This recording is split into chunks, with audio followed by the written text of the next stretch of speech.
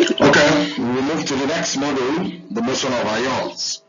We want to look at how ions move in solution, and of course we also look at how we will measure the transport number of ions. So this, we'll look at introduction, the drift speed, we'll find out what drift speed is, we'll explain the drift speed, look at mobility and conductivity, and we'll conclude. There are so many questions that need to be answered for us to be able to interpret conductivity measurements. Now, for example, why do ions move at different rates? That's a very big question. 2, why do we have different molar conductivities? And why do the molar conductivities of strong electrolyte decrease with square root of concentration? Remember, these are the things we have seen, and these are questions coming up. So we need to have solutions to these questions. To have solutions to the above observation, we shall rely on the fact that the greater the mobility of an ion in solution, the greater the contribution to conductivity. You see, when I was saying if you're moving against air current, the greater the mobility, the greater your movement, will be the greater the contribution of that person to whatever you want to do at that point in time.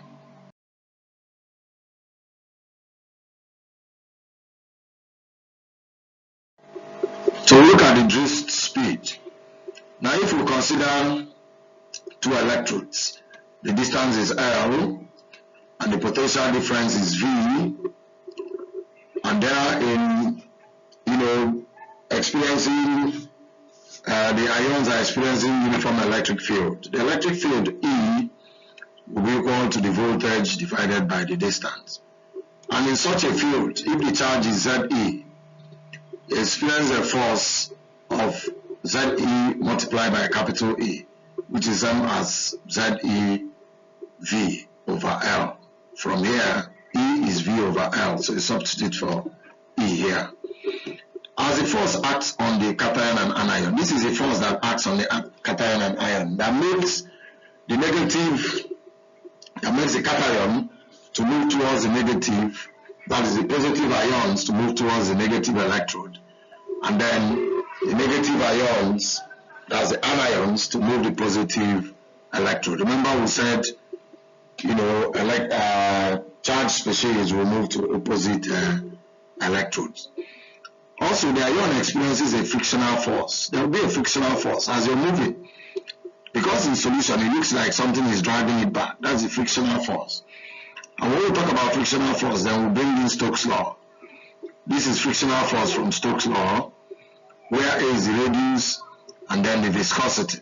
So if we equate that, we have the force of that frictional force will be equal to Fs. Therefore, which means when this ion is balanced, we have that force will be equal to the frictional force. And when that happens, the speed of this ion will be equal to Z small e multiplied by capital E over F.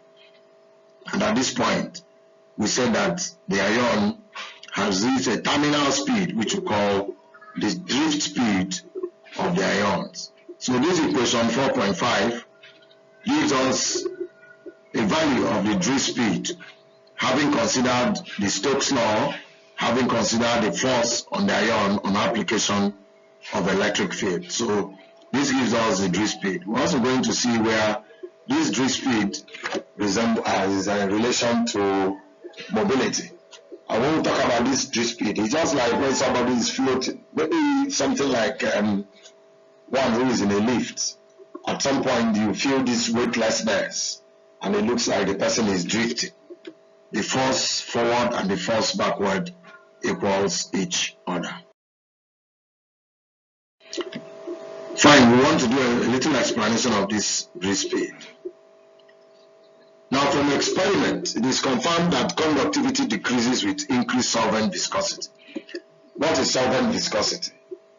Thickness of the solvent. So when that solvent is thicker, I don't know how many of us remember the experiment we do in secondary school for Stokes' law. You bring different, solvents, kerosene, engine oil, crude oil, and so on. with different viscosities. We now take a bearing, a small bearing, measure use vernier caliper and measure the area of that bearing so that, the diameter of that bearing, so we'll be able to calculate the area. Now we use it to drop in those different liquids and use our stop clock or stopwatch to find out the time it takes for that little bearing to fall from the beginning of that big cylinder to the bottom.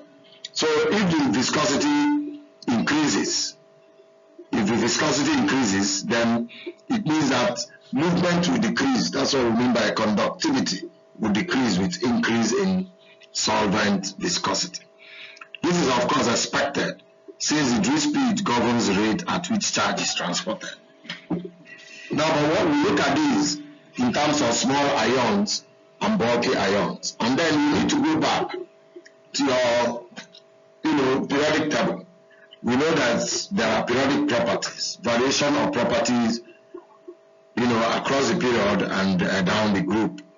So what we're trying to say here is that small ions with very large field will not attract water molecules, because the A in Stokes' law is what we call hydrodynamic radius. It's not just the ionic radii or ionic radius of any particular ion, but it measures also the ionic radius of all the species, that is the water molecules attracted by it. So the stronger the force that's the charge on the ion, the more water molecules it will attract.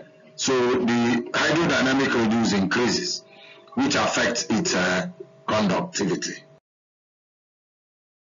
The same thing follows. It then follows that small ions will generate higher electric field, exactly what I said before, and hence carry more water molecules around it.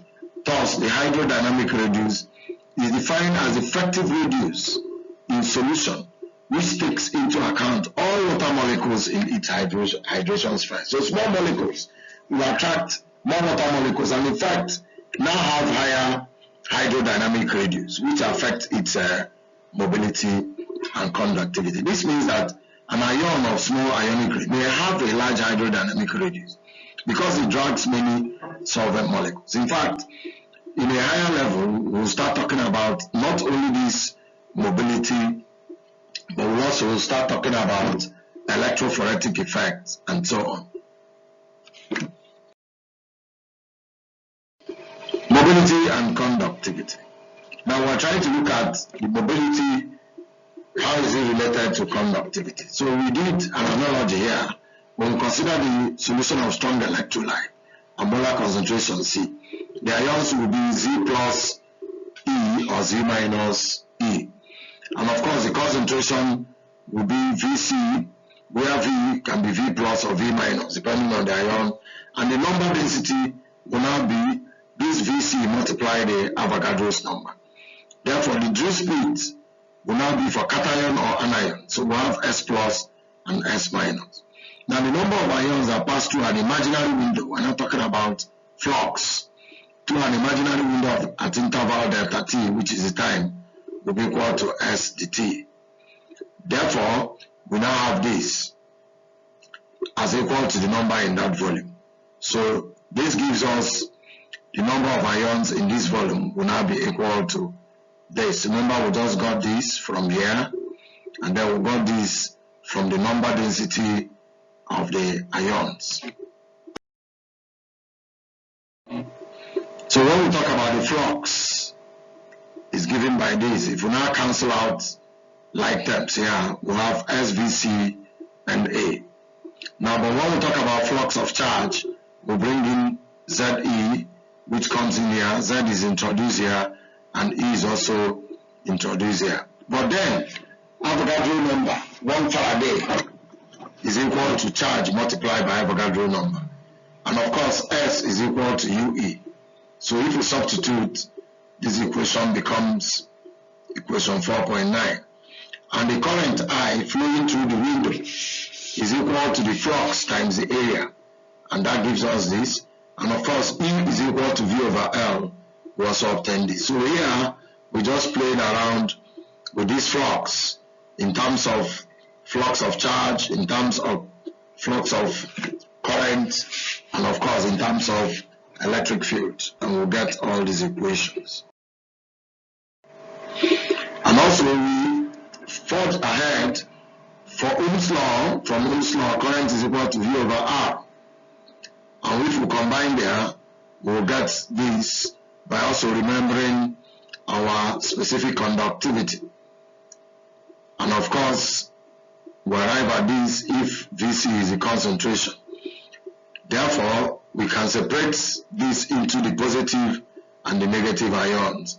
And this gives us this very important equation for symmetrical, that is 1:1 electrolyte, as the limiting molar conductivity is equal to this, given by equation 4.16. So thank you very much. We looked at drift speed, explained drift speed, and looked at mobility and conductivity. See you in the next class. Thank you.